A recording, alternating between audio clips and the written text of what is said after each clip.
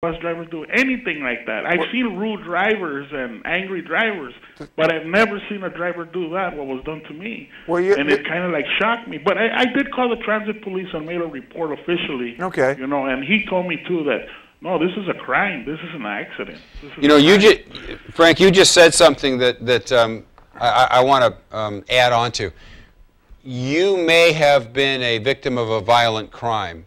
I think it's a close question. It's not an easy question, but it's possible. So in addition to everything else that my partner and I just told you about, you might also contact the Los Angeles County District Attorney's Office and say that you were a victim of a violent crime. Describe it, because there is a fund for people who are victims of violent crimes, and you may have access to that. And it's a lot more than $7,500. It's up to $25,000. I think it's $25,000. I think Stephen's right. So you explore that as well. You've got a lot of options, and I think you should probably explore all of them. And it doesn't sound to me you're like the man who gives up. So I think that with a little bit of help on the computer, you'll find somebody to represent you. And I think this is a case that should that you should win, and that you should get some money for your pain and suffering and your lost time and your medical expenses. And I wish you the best of luck. And thank you. You make me feel a lot better. Call us back. You know, that's what the courts are for. All right. Okay. Frank, thank you very much for calling Legal Help Live. That is... Thank you. Thank you. And stay on for a minute, and we'll get you the two dinners at our choice, or if not, call back and the screener will get it for you. Yes, absolutely. Okay. Fascinating. You know, this is not the first. This is not the first bus driver assault case I've ever heard of. You want to go back to the phone, Stephen? Sure. Okay, let's go back to the phones. Okay, Julia. Julia from Sherman Oaks. Julie, you're on live on Legal Help Live. How can we help you? You know, I'm actually calling for a friend of mine. It's actually somebody I've known for about 10 years, worked with.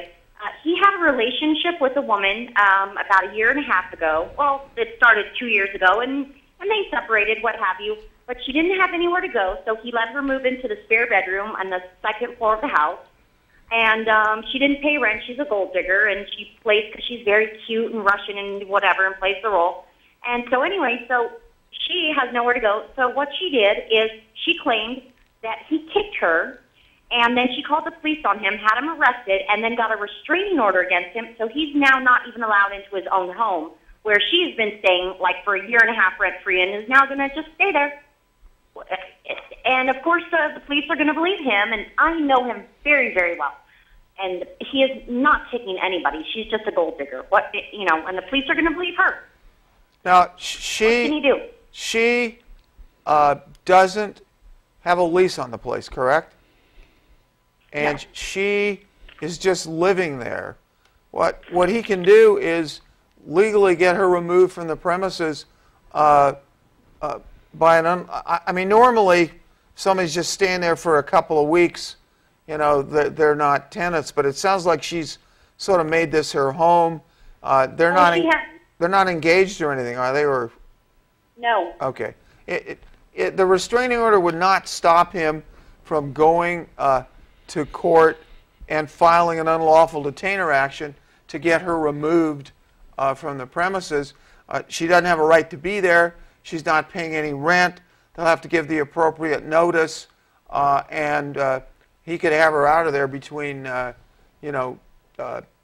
20 to 45 days. She could be legally removed from the premises, having nothing to do with anything else, because she doesn't have any right to be in the place, and there is no she's just living free there. You can kick them out. It's not working. So the first thing you should do is get an unlawful detainer. Right, and there are law firms that handle these things for $200 or $300 to represent them. They do it on a fairly rapid basis. They do lots of these cases. And what part of L.A. County does he live in? Where's the house? In Glendale. All right. Well, there's a Superior Court in Glendale. There's a self-help center there. You can also look up.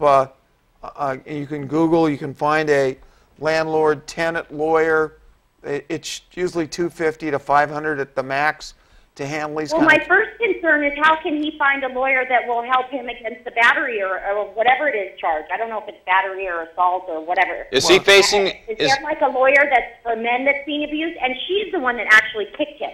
Right, Julie. She kicked him and hurt herself in the process. Julie, is he actually now facing a criminal charge? Yes, yes.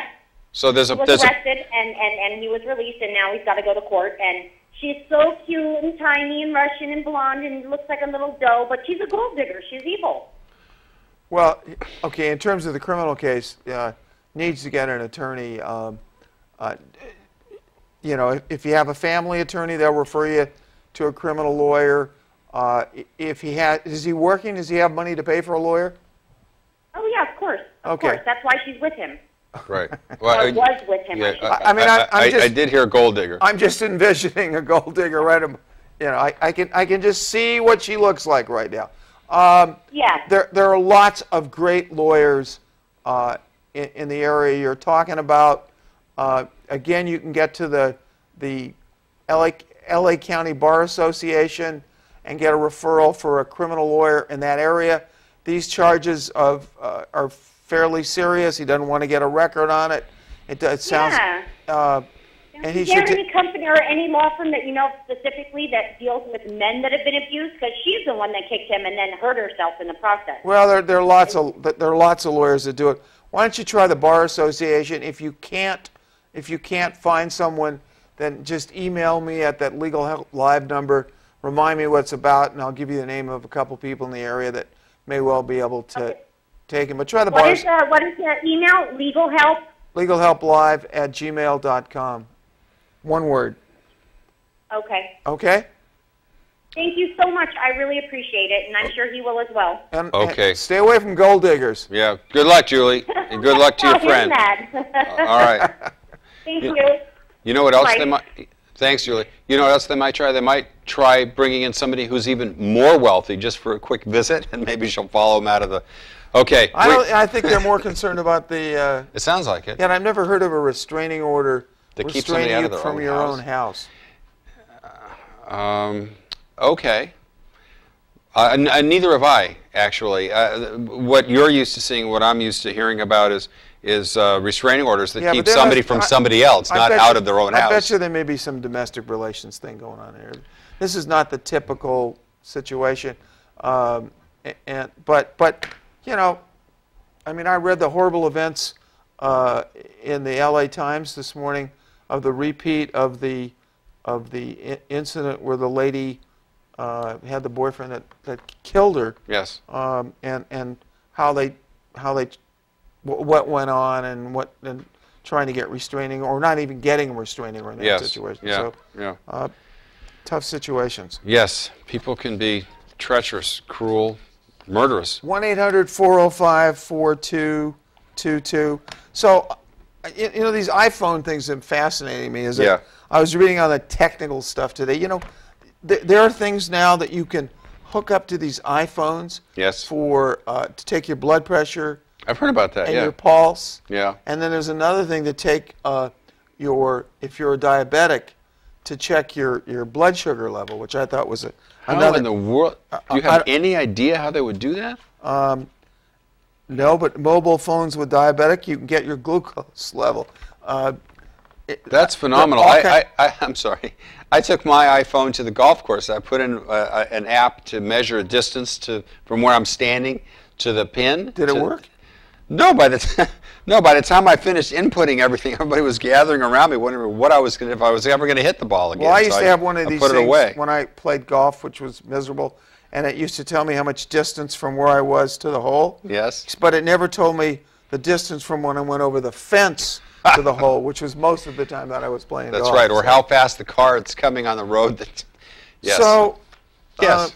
You know, there are some cars that only have, and I'm going to try and get the name of the car, the Mazdas.